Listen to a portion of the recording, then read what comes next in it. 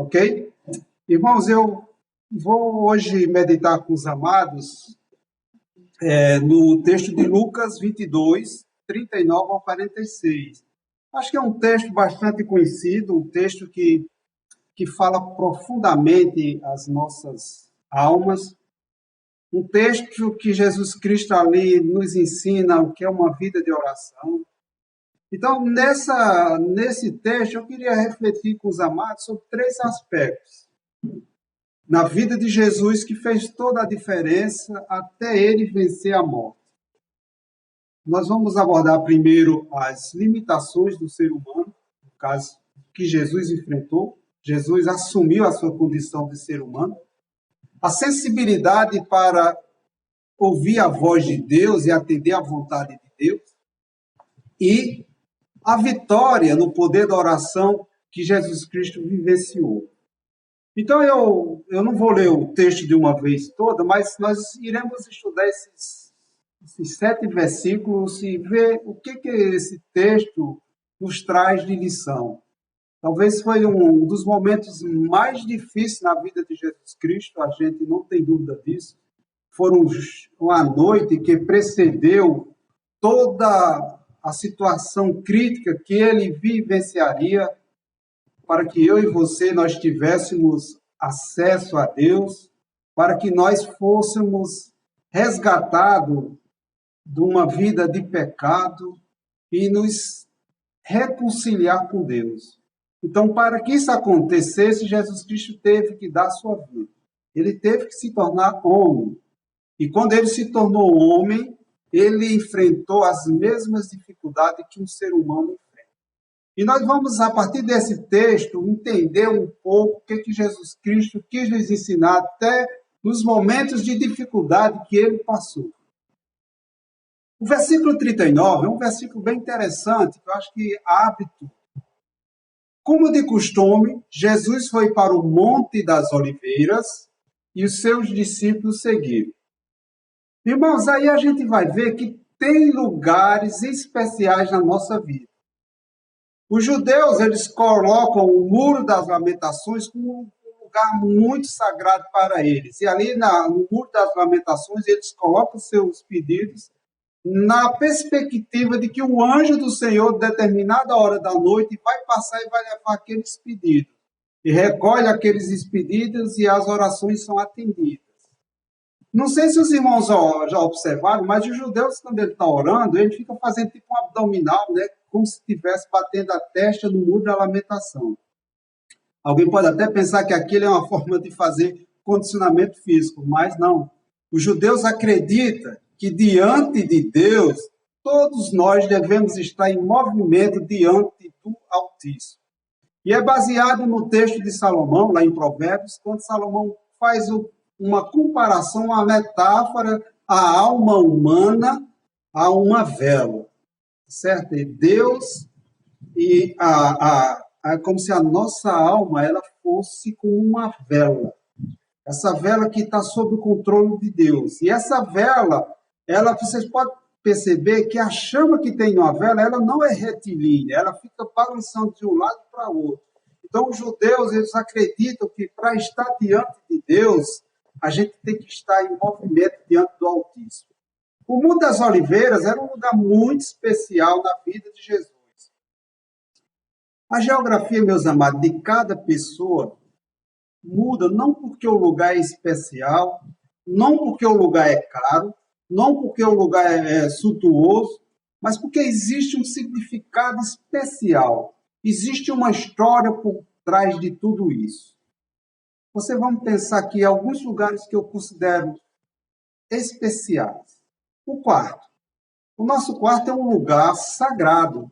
É um lugar que a Bíblia diz que deve ser sem mácula o nosso leito conjugal. Lá não pode existir pecado, pornografia, infidelidade, perversão. Lá é um lugar sagrado. Então, sagrado também é a mesa da família. Não pode existir briga ali, não pode existir discórdia. É um lugar onde a comunhão deve ser ativada cotidianamente na família cristã. Então, a família ao redor da mesa mostra a unidade da família. Ali na família onde as coisas acontecem, as conversas fluem constantemente em nossas vidas. Eu lembro quando os meus tios vinham de férias lá para João Pessoa, nós ficávamos horas e horas na casa do pastor Gerniel, depois da janta, ao redor da mesa, conversando, e as cadeiras não eram tão confortáveis, mas é como se a gente ficasse anestesiado com o poder que tem naquele lugar que é chamado a mesa.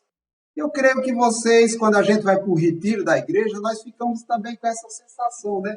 A gente almoça, faz as refeições, e depois das refeições a gente fica lá um tempão conversando. Para Jesus, o Monte das Oliveiras era um lugar muito especial. Do texto nós aprendemos que a oração é um momento diferenciado na nossa vida. E esse texto chama a atenção para dizer que a oração, ela deve ser um hábito nas nossas vidas. Ela acontece pelas repetições, pelos costumes e pelos hábitos. Então, nós vamos ver que o texto fala, como de costume, Jesus ia ao Monte das Oliveiras. Então, aquilo já fazia parte da vida de Jesus Cristo. Então, era hábito, um hábito que ele tinha, o hábito de orar. Tal como nós temos nossos hábitos físicos, né? Nós temos hábitos de higiene, nós temos hábitos afetivos, nós também temos hábitos espirituais. E eu sou sincero em dizer aos amados, uma pessoa que só ora vez por outra, ou só intensifica suas orações quando vem uma doença, quando o dinheiro acaba, quando fica desempregado, quando alguém pressiona, e essa pessoa só ora em tais circunstâncias, é como se houvesse um desperdício na vida dessa pessoa. Orar para pedir, quando ele deveria estar constantemente na presença de Deus.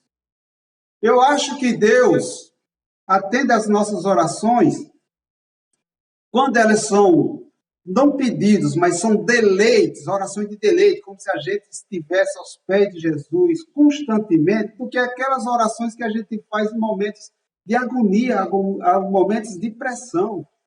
Todo pai tem prazer de conversar com os filhos, mas quando você tem um filho que vai conversar com você, que só faz pedir, a conversa que ele tem é pedir, nós como pai não ficamos satisfeitos diante de uma situação dessa. Então a oração não é só petição. Pedir é um tipo de oração. Agora a oração é um diálogo, é um prazer de se derramar na presença de Deus. Quem pode dizer, eu tenho o hábito de orar? Quem gasta minutos pelo prazer de estar na presença de Deus? Quantos de vocês já disseram, Senhor, eu estou aqui porque eu estou com saudades. Eu estou com saudade e desejo de ouvir a tua voz, de eu sentir a tua presença, de ver o teu rosto. Eu nunca vi, mas eu imagino que é lindo, Senhor. Eu estou aqui na tua presença para isso. Então, Deus, ele quer que as nossas vidas possam ser vidas que tenham hábitos de oração. O versículo 40 nos chama a atenção quando ele diz, e chegando ao lugar, ele lhes disse, orem para que vocês não caiam em tentação. Irmãos, esse versículo solto assim não vai dizer muita coisa. A gente tem que fazer um contexto para entender o que Jesus Cristo quis dizer com isso. Orai para que vocês não venham cair em tentação. A tentação é uma via perigosa que nasce dentro da gente. A oração a tentação é a gente que dá causa a ela. A tentação é algo gratuito que a gente cria, que a gente propicia condições para que ela surja. A diferença entre tentação e provação, eu acho que os irmãos já têm bem isso em mente. Tentação, ela é sempre humana. A provação é divina. Tiago diz que Deus a ninguém tenta e diz que Deus prova a quem ama. A tentação é a predisposição que o homem tem para praticar ações pecaminosas. Então, quando a gente está sem oração, a gente corre o risco. A gente perde o discernimento do que saber, do que Deus se agrada em nossas vidas. Você imagina um jovem que está aí, altas horas da madrugada, navegando na internet, daqui a pouco entra numa página pornográfica, ele pode escolher dar um like ou um dislike. O homem, diante de uma mulher muito gata, como é que ele reage? Ele dá uma segunda olhada? Ou só pela primeira vez que ele olha, ele já sabe fazer o discernimento? E a mulher, quando vê um homem bem afeiçoado, como é que ela se comporta? Então, é interessante que nós temos que ter essa visão de que a tentação, a gente dá causa a ela, a gente até concorda com que ela aconteça. Imagine uma namorada, uma menina cristã namorando com um rapaz descrente. Ela com o corpo santo, o Espírito Santo morando dentro dela, e agora ela envolvida com uma pessoa num estado pecaminoso terrível. Daqui a pouco vem aquela mão boba, vem aquelas carícias desnecessárias no momento que se vive, e daí as coisas perdem o controle. E a relação com Deus, ela perde a essência de si. Então, tudo é perigoso. Pode até parecer prazeroso. A oração, meus amados, é um cartão amarelo. Vermelho é a queda. Então, a oração, ela nos dá essa sensibilidade de entender, fazer o que agrada ao nosso Pai. Os discípulos deviam orar e Jesus disse isso porque sabia o que ia acontecer. Qual era a tentação que os discípulos estariam envolvidos nessa situação? Jesus Cristo estava orando porque Jesus Cristo sabia tudo o que ele ia passar e Jesus Cristo já tinha partilhado um pouco do seu sofrimento com os discípulos no momento da ceia. E aqui Jesus Cristo está preocupado com as tentações que os discípulos iam passar depois que Jesus Cristo morresse e subisse aos céus. Os discípulos poderiam correr o risco de voltar à vida que eles tinham antes. Os discípulos poderiam ser tentados a negar o nome de Jesus quando eles estavam anunciando. E Jesus Cristo vai lá e diz a eles que eles deviam orar para não cair em tentação. Irmãos, a tentação é um prazer falso. É breve segundo a nossa vida, mas os seus efeitos, eles perduram para o resto da nossa vida. É a nossa consciência dolorida, é o nosso corpo recebendo os frutos do pecado. E Jesus Cristo vai dizer, vai ser a grande a tentações que vocês vão passar. Então, venham e continuem orando. O versículo 41, eu gostaria que vocês acompanhassem comigo. Jesus se afastou deles a uma pequena distância, ajoelhou-se e começou a orar. Irmãos, quando eu olho esse texto, eu vejo aí uma lição muito bonita para cada um de nós. Há momentos que nós estamos com os nossos amigos, com os nossos colegas, com a família, mas vez por outra a gente tem que pedir licença, como se a gente fosse a um toalete sozinho, sem chamar ninguém, para que a gente pudesse entrar em harmonia, em contato com Deus, ouvir a voz de Deus, ouvir o que Deus quer para as nossas vidas.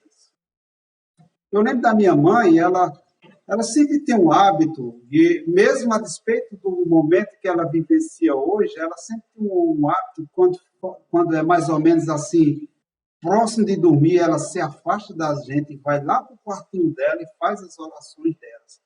Isso eu cresci minha vida toda vendo mãe fazendo isso. E esse momento, ela nunca chamou a gente para fazer isso com ela, porque ela disse que aquele é um momento que ela separa para ela e o Senhor, para que ela possa entrar em contato com Deus e ali ouvir a voz de Deus, ela e Deus. A Susan era uma americana que tinha 19 filhos. E você imagina uma casa com 19 filhos, como é que ela fazia para separar o momento para orar? Quando ela ia, para todo canto que ela fosse, tinha um menino perto dela olhando. E ela fez um acordo lá montou uma regra dentro da casa dela, que quando ela tivesse com a toalha ou com um pano em cima do rosto, ela estava orando. Então, naquele momento, ninguém deveria perturbar. Então, vocês veem que existem várias formas da gente separar este momento para estar na presença de Deus. Irmão, mas não só isso, tem algumas coisas que a gente tem que saber orar. Tem certas orações que ninguém pode ouvir a não ser você e Deus. Pode ser que o diabo escute e comece a especular. É possível que o que nós chamamos na teologia da oração contrária. Preste atenção. Não conte seus problemas para muita gente. Sabe por quê? Bom, às vezes seus problemas você vai contar para uma pessoa que não pode resolver, não vai adiantar de nada. Tem alguns problemas que é só entre você e Deus. Mas tem outros problemas, vamos imaginar aqui que você está orando para comprar um carro importado. Não, se eu quero conhecer a Europa. Você vai para a igreja de pé, faz um pedido para conhecer a Europa. Sei lá, para morar numa região nobre, num condomínio fechado. Meu irmão, isso é muito perigoso. Pode ser que lá tenha gente orando o contrário para que você não ganhe isso. E as pessoas, o diabo entra na mente das pessoas e faz com que as pessoas comecem a fantasiar e colocar gosto ruim na sua oração. Você imagina uma esposa? Vamos pensar aqui uma esposa que tem um marido que é alcoólatra, né? E esse marido está na sala lá com os amigos dele bebendo, e essa mulher começa a orar, próximo dele, começa a orar, dizendo: Senhor, tem piedade desse cachaceiro, Senhor, ele não tem jeito, Senhor, se o Senhor não vier e atuar na vida dele, ele vai viver essa vida de adulto, vai viver nesse álcool, vai viver de uma forma desavergonhada, envergonhando toda a família. Irmãos, o cara já é cheio de todinho. Como é que esse cara vai reagir a uma oração dessa? Eu acho que a Lei Maria da Penha vai ter que ser intervir num momento como esse, mas é verdade. Tem determinados assuntos que você tem que tratar só você e Deus. Tem coisa que você só vai falar para Deus ouvir. E aqui tem outro aspecto interessante, que ele vai dizer que tem que ser de joelhos. Não orar de outra forma. Não ouse orar de outra forma, a não ser de joelho para determinados tipos de problema que você está enfrentando. Agora, orar de joelho aqui, gente, tem todo um simbolismo. Tem todo um simbolismo. Eu lembro que mãe, depois que fez a cirurgia do joelho dela, ela não podia mais se ajoelhar. Então, ela sempre orava, o joelho para ela era levantando os braços. E eu nunca entendi por que mãe levantava os braços. Aí, daqui a pouco, eu revivendo alguns filmes da minha infância, aqueles filmes de faroeste, né, que os caras chegavam com um revólver, escalavam e mandavam o cara botar mãos alto. Né? E quando a pessoa montava mãos alto, o que significava? A coisa que ali a gente via era que a pessoa que estava com a arma tinha total controle sobre você. E você que estava rendido, você não podia fazer nada, você estava sem força. Você, de joelho, você está se rendendo, dizendo: olha, eu não consigo. Você tem controle sobre mim. Então, quando eu me derramo diante do Senhor de joelho, eu estou dizendo: Senhor, eu não dou conta. O que eu posso fazer, Senhor, não vai resolver.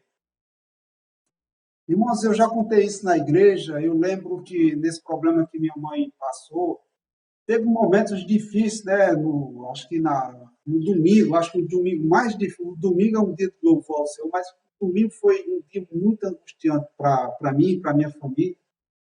Nós recebemos a notícia que no outro dia pela manhã os médicos iam desligar os equipamentos que estavam mantendo minha mãe viva e, e a gente ia assinar uns documentos para poder fazer doação de órgãos.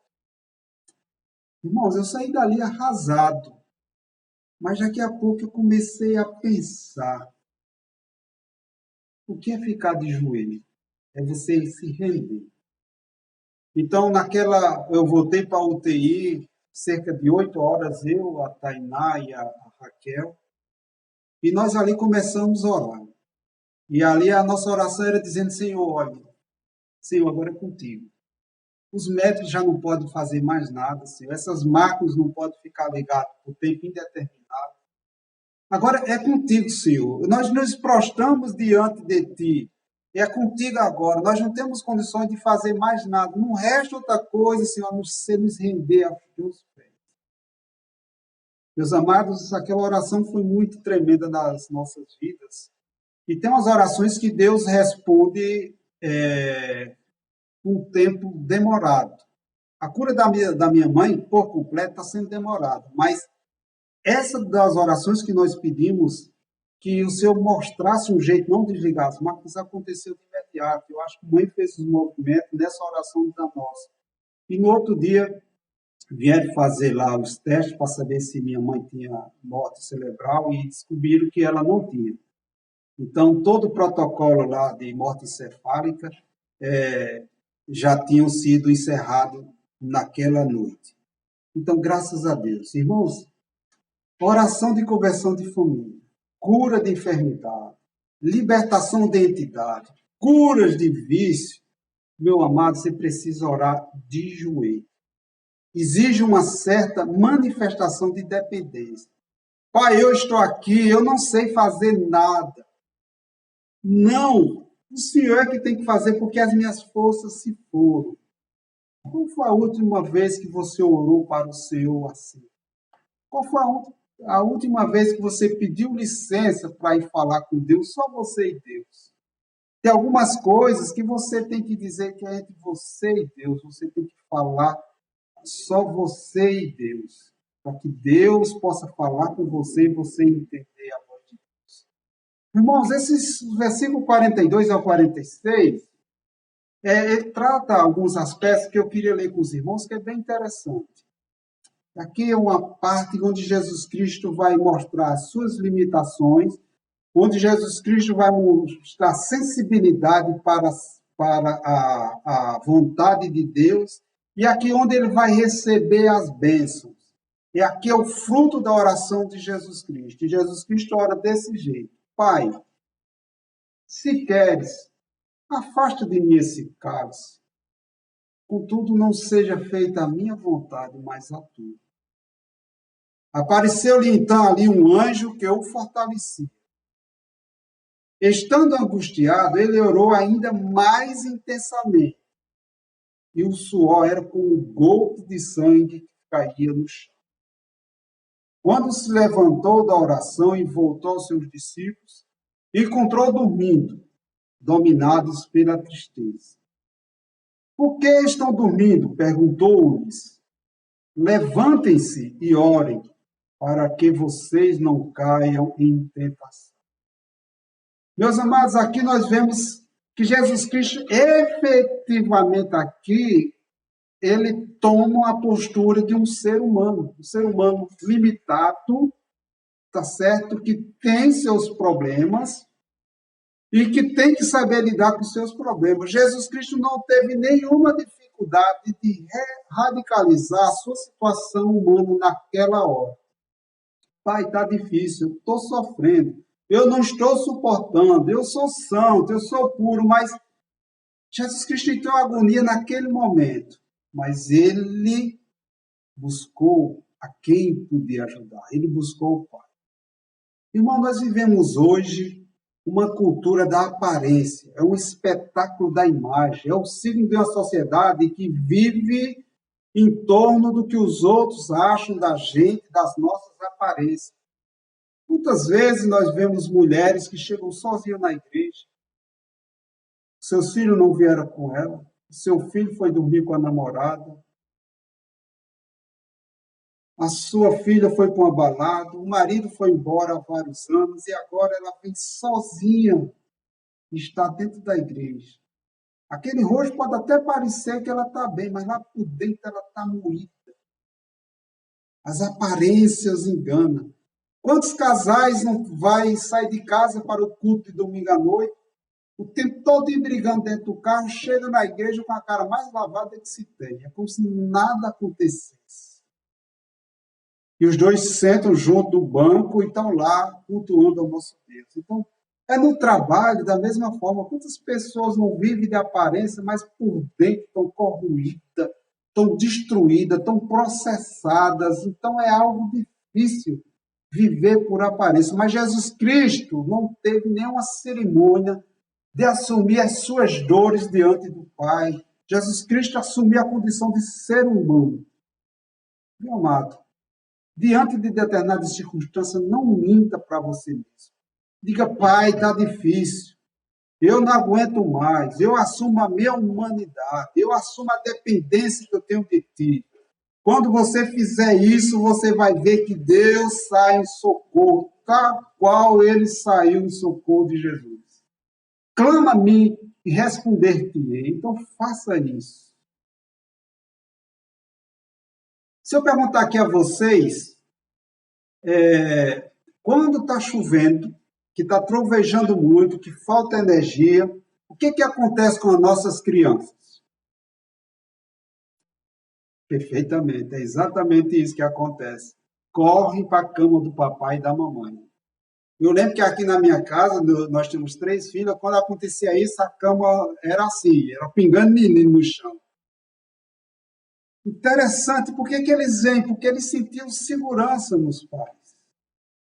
Só que quando as crianças crescem, as pessoas crescem, quando acontece uma situação de medo, um trovão, um terremoto, uma tempestade na sua vida, ela não age, ela não corre para o braço dos pais, ela tenta resolver sozinha, e aí está um grande erro. Nós temos que correr para os braços do Pai e dizer, eu não consigo, Senhor, é contigo. Então, deixa eu fazer um pedido aqui a vocês nessa noite. Deus talvez lhe trouxe aqui para você ouvir isso. Talvez seu casamento está difícil, você está no limite. Talvez está difícil você lidar com seus filhos, você tem um filho ou uma filha que está passando problema. Isso dói, essa mágoa, essa tristeza está enlouquecendo você por dentro. Você está preocupado, Senhor, eu vou ficar desempregado, como é que eu vou sujeitar minha esposa, minha família? Senhor, e se essa crise demorar muito, como é que vai ser? Assuma a sua humanidade, pois assim você atrai a graça de Jesus para a sua vida. Você assume a humanidade, você assume de verdade, e a verdade vai te libertar de todas essas angústias que te assolam. Então Jesus Cristo entendeu a sua condição de humano, e como humano ele agiu, mas só que ele agiu fazendo a vontade de Deus. E aqui a gente vai entrar no segundo ponto, a sensibilidade para entender a vontade de Deus dentro dos seus limites humanos. Jesus radicalizou as dores que ele estava sentindo. E a gente vai ver aqui 2 fenômenos nesse processo que Jesus Cristo viveu. Nós vamos ver um sistema psíquico, um processo físico, que Jesus Cristo reagiu, e nós vamos ver aqui um processo espiritual nesses eventos que Jesus Cristo enfrentou nessa noite. Gente, psíquicos, aí a Bíblia vai falar que Jesus Cristo suou gotas de sangue. Gente, isso me incomodou, eu comecei a estudar, e de fato existe mesmo isso. Aí você vai ver, dá uma passeada no YouTube, que você vai ver zilhões de vídeos das pessoas que têm esse problema. A ciência chama isso de hematroidose, ou seja, quando os vasos sanguíneos ao redor das glândulas sudoríparas sofrem uma pressão catalisada por alguns hormônios, e esses hormônios, quando você passa uma tensão, uma pressão muito forte, ele expande e depois contrai. Quando ele contrai, ele faz o quê? Ele explode alguns vasos sanguíneos que estão perto dessas glândulas. E daí, essas glândulas são responsáveis pela nossa transpiração. E em vez de sair suor, sai a hemorragia desses pequenos vasos. Então, irmãos, nós temos que perceber que aí que existe um processo físico. Quando a mente da gente não dá conta, o nosso corpo sinaliza. Quando a gente está muito cansado, vem o quê? Vem o estresse. Aí o estresse vem como se nosso corpo não reagisse mais, aí vem aquela vontade de dormir, aquela angústia, dor de cabeça, tristeza. E algumas pessoas, quando se passam por momentos difíceis, vem um pré-infarto, derrame, e aí você tem que, além de ouvir a voz de Deus, vai ter que ouvir a voz dos médicos. Tá certo? Então, nós passamos por esse todo problema. Então, eu não sei os motivos, mas algumas vezes Deus permite que nós suemos gotas de sangue, que o nosso suor tem essa característica. Quando a gente fica acamado sem sair de casa, talvez é Deus dizendo, olha, foi a única forma que eu consegui para trazer você para perto de mim. Gente, muito se fala com essa pandemia que nós vivemos ontem, que isso é para atrair as famílias, eu não sei. Eu não sei, nem vou afirmar isso agora, se efetivamente é isso. Mas eu diria como um efeito positivo isso tem acontecido, tá certo? Então, as famílias estruturadas têm buscado solução. Mas, por outro lado, gente, a lei da Maria da Penha tem sido bastante utilizada diante desse cenário que nós estamos vivendo. Então, o que eu quero dizer para vocês aqui, muitas vezes Deus permite que algumas coisas aconteçam, é como se Deus quisesse trabalhar a nossa vida. Deus está dizendo, olha, eu sou teu Deus, você nunca vai estar sozinho. Muitas vezes a gente fica angustiado, querendo resolver as coisas que nos se apresentam, mas não dá. Eu lembro que eu estava em São Paulo, na época do meu doutorado, eu passei um momento lá, os 6 primeiros meses foram difíceis, o estresse, as dificuldades, as mudanças, e eu digo para vocês, eu fiquei meio assustado, meio angustiado com determinados momentos. Aí uma irmã parou e me disse, meu filho, lembre se alguma vez Jesus te abandonou. Gente, aquilo me trouxe um passado recente que eu comecei a recapitular a minha vida e, de fato, eu cheguei à conclusão que Deus nunca me abandonou. E não ia ser daquela vez. Então, o que Deus estava querendo me dizer é que eu precisava chegar mais próximo dele. Eu precisava acreditar e ler para dentro de mim. Eu tenho Deus e nele eu posso suportar todas as dificuldades, como disse o apóstolo Paulo. Meus irmãos, nós temos aqui um aspecto espiritual nesse texto. Apareceu um anjo, de repente os anjos apareceram. Vai perguntar, mas como é que esses anjos apareceram? Apareceram da mesma forma que veio lá o anjo avisar a Maria que está grávida, que o anjo que apareceu lá para Ana, para dizer que ela ia ter o bebê, de repente apareceu. Então a Bíblia nos diz que assim que nós assumimos a nossa humildade, nós nos prostramos diante de Deus, sem vergonha de dizer, Pai, está difícil, aí Deus vem ao nosso encontro. Deus manda os seus anjos. Meus irmãos, preste atenção aqui. Você não vai pensar que vai descer um anjo de asinha perto de você para resolver seu problema, não. Os anjos, às vezes, eles vêm sem asa. É como se for, às vezes, vem numa forma de uma música, às vezes uma pregação, de uma oração, de uma visita, e são todos anjos que Deus manda ao nosso redor. E Deus está dizendo para você, não chore mais. O tempo do Getsemane acabou. Agora é alegria, porque Deus está no controle de tudo. E para finalizar, meus amados, eu quero aqui fechar com essa oração de Jesus Cristo. Jesus Cristo entendeu a bênção de Deus e o alento e o consolo que a resposta ia trazer na vida dele. Nós aqui aprendemos essa história e quando Jesus foi visitado pelo anjo, ele se rendeu e disse, Pai, agora não dói mais, eu não lembro mais do suor. Eu sei que eu vou passar pelo Calvário, eu sei que vai ser difícil, eu sei que eu vou ter que enfrentar isso, mas agora eu entendo, eu assumo a tua vontade para a minha vida. A Bíblia diz que há caminhos que ao homem parece ser bom, mas o fim é de morte. Mas Jesus Cristo entendeu que ele tinha que passar por homem, que ele tinha que passar por tudo aquilo para que pudesse entender a vontade de Deus.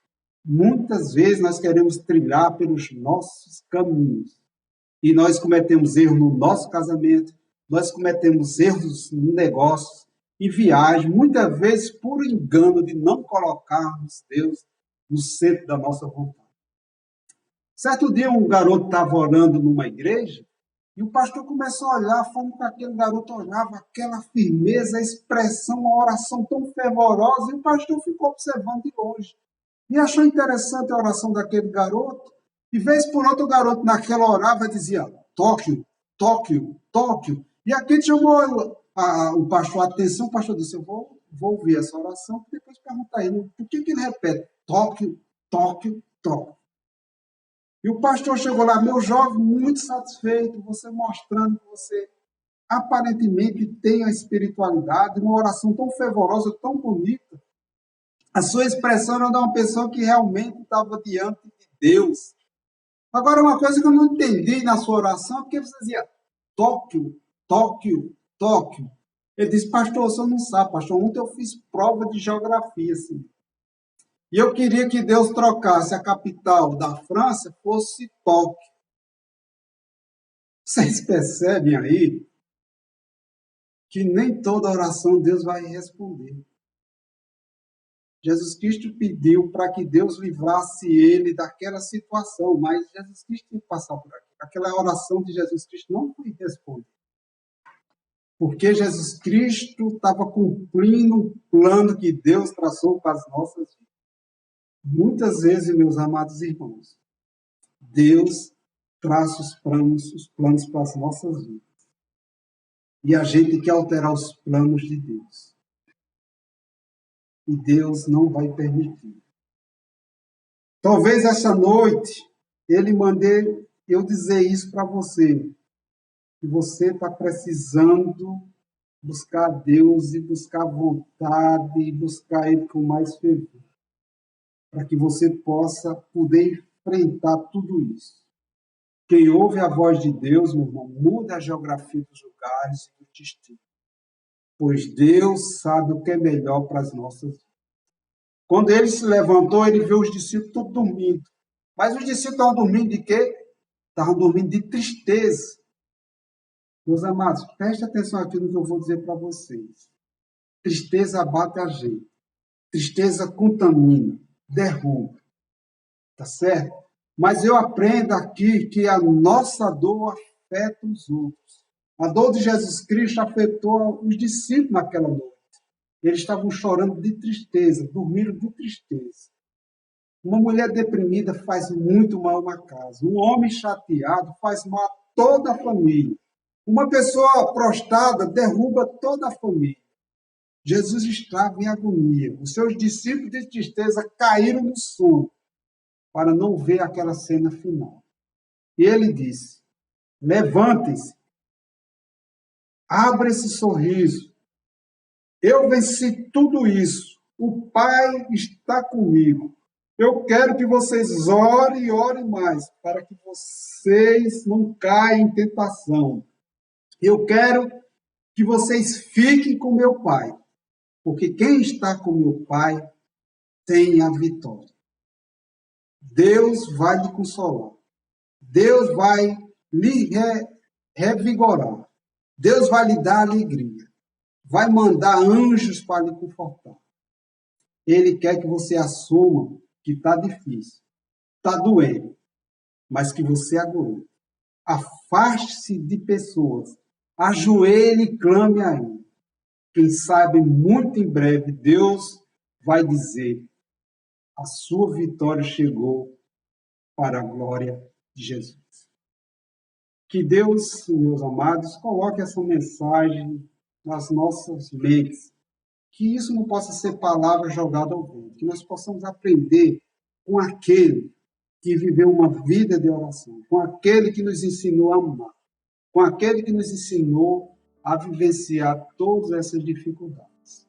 Eu queria que você baixasse sua cabeça nesse momento para que nós pudéssemos orar. Eu queria que você se colocasse diante de Deus agora a pedir a Deus força, para lhe dar direção. Os tempos são difíceis. Eu não sei o que você está passando nesse momento, se é um problema de doença, uma doença grave. Alguém da sua família está com problemas mentais, psicológicos. Você está com problemas financeiros, você está com medo do dia de amanhã, como é que você vai sustentar a família? Eu não sei o que é que está passando na sua mente. Mas eu queria orar com você nesta noite. Eu queria que você se derramasse diante de Deus. Que você buscasse a presença de Deus agora com todo o seu entendimento, com todas as suas forças. E colocar a sua vida diante de Deus. Pai, nós estamos aqui, ó Pai, diante da Tua palavra, Senhor. Nós estamos aqui, Senhor, diante de Ti, porque nós cremos, ó Pai amado, que Tu és um Deus provedor, Tu és um Deus que está acima de tudo, Senhor. Tu és um Deus que resolve todos os problemas, porque tudo, ó Pai, está no Teu controle, ó Pai. Ó Pai, nós queremos dizer que nós somos fracos, nós somos frágeis, Senhor.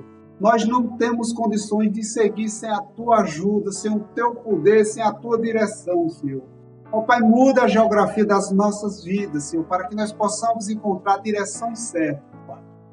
E a direção, Senhor, tem que ser rumo à Tua glória, Senhor. Que Tu possa nos ajudar, Senhor, a buscar verdadeiramente para encontrar a verdade para as nossas vidas.